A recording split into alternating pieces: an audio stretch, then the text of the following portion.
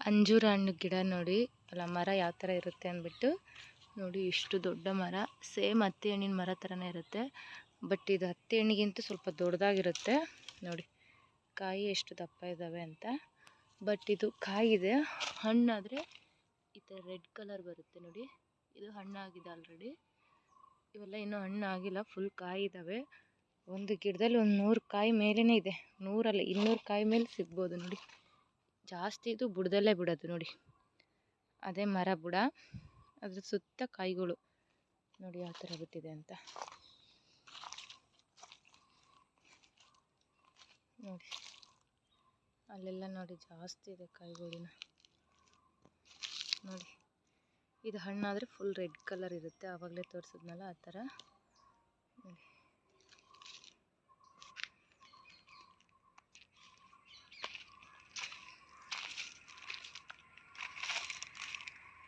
ಇದು ಹಣ್ಣಾದರೆ ಈ ಕಲರ್ ಇರುತ್ತೆ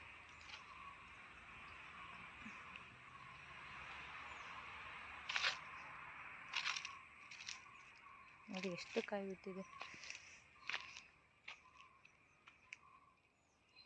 ತುಂಬ ದೊಡ್ಡ ಮರ ನೋಡಿ. ಮೇಲೆಲ್ಲ ಬಿಟ್ಟಿದೆ, ಅಲ್ಲಿ ಗಂಟ ಹೋಗಿದೆ.